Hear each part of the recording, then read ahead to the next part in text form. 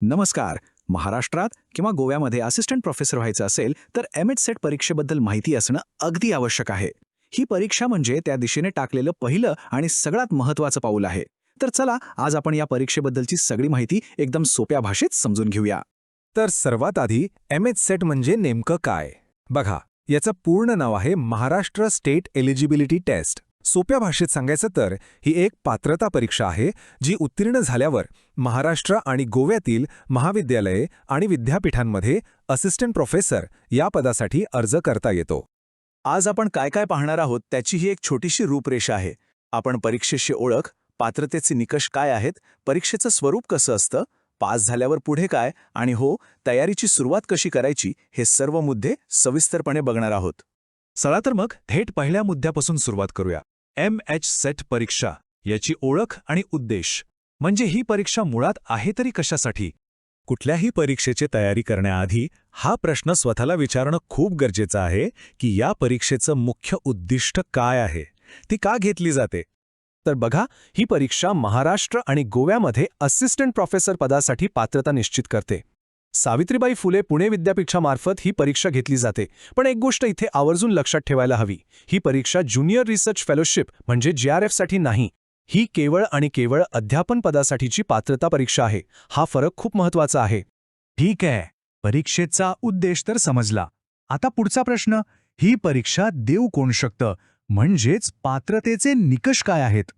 यासाठी सगळ्यात पहिली अट म्हणजे मास्टर डिग्री किंवा पदव्युत्तर पदवी पूर्ण असायला हवी. जे उमेदवार मास्टर डिग्रीच्या शेवटच्या वर्षाला आहेत ते सुद्धा या परीक्षेसाठी अर्ज करू शकतात. आणि सगळ्यात चांगली गोष्ट काय आहे माहितीये? या परीक्षेला बसण्यासाठी वयाची कोणतीही अट नाही. आता गुणांबद्दल बोलूया. मास्टर डिग्रीमध्ये कमीत कमी किती गुण हवेत?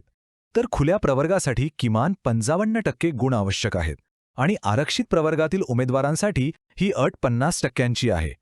चला आता वळूया परीक्षेच्या रचनेकडे, म्हणजे परीक्षेची रूपरेषा. पेपरचा पॅटर्न कसा असतो ते समजून घेऊया. एक गोष्ट लक्षात घ्या, ही परीक्षा ऑनलाईन नाही, ती पारंपरिक पद्धतीने म्हणजे ऑफलाईन होते. आपल्याला एक OMR शीट दिली जाते ज्यावर योग्य उत्तराचा गोल काळ्या पेनाने भरावा लागतो. या परीक्षेत एकूण 2 पेपर असतात.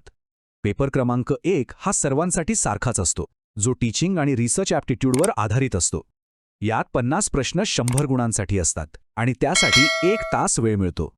तर पेपर क्रमांक 2 हा आपल्या मास्टर डिग्रीच्या विषयावर आधारित असतो. यात 100 प्रश्न 200 गुणांसाठी असतात आणि त्यासाठी 2 तासांचा वेळ मिळतो. म्हणजे पेपर 1चे 100 आणि पेपर 2चे 200 असे मिळून ही परीक्षा एकूण 300 गुणांची असते. आणि आता सगळ्यात महत्त्वाची आणि खरं सांगायचं तर दिलासा देणारी गोष्ट, या परीक्षेत निगेटिव्ह मार्किंग नाही.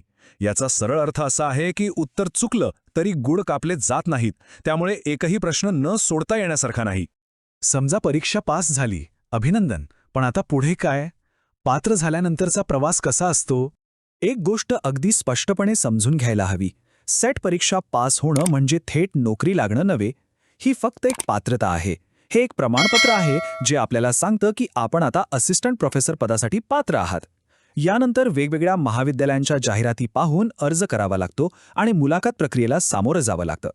चला आता आपल्या चर्चेच्या शेवटच्या आणि सगळ्यात महत्त्वाच्या टप्प्याकडे येऊया. या परीक्षेच्या तयारीची सुरुवात कशी करायची? तयारी सुरू करण्यासाठी या 3 सोप्या पायऱ्या आहेत. पहिलं, पेपर 1 पासून अभ्यासाला सुरुवात करा. तो सर्वांसाठी समान असल्यामुळे त्याची तयारी करणं सोपं जातं. दुसरं, विद्यापीठाच्या अधिकृत वेबसाईटवरून आपल्या विषयाचा अभ्यासक्रम डाउनलोड करा. आणि तिसरं, मागील वर्षांच्या प्रश्नपत्रिका नियमितपणे सोडवा. यामुळे परीक्षेचा पॅटर्न आणि प्रश्नांचं स्वरूप अगदी व्यवस्थित लक्षात येतं. तर ही आहे एम.एच सेट परीक्षेची संपूर्ण ओळख. एक प्रकारे आपण संपूर्ण रोडमॅप पाहिला आहे. आता या मार्गावर पहिलं पाऊल टाकण्याची वेळ आली आहे. तर मग असिस्टंट प्रोफेसर बनून पुढच्या पिढीला घडवण्याच्या या प्रवासाला सुरुवात करायला आपण तयार आहात?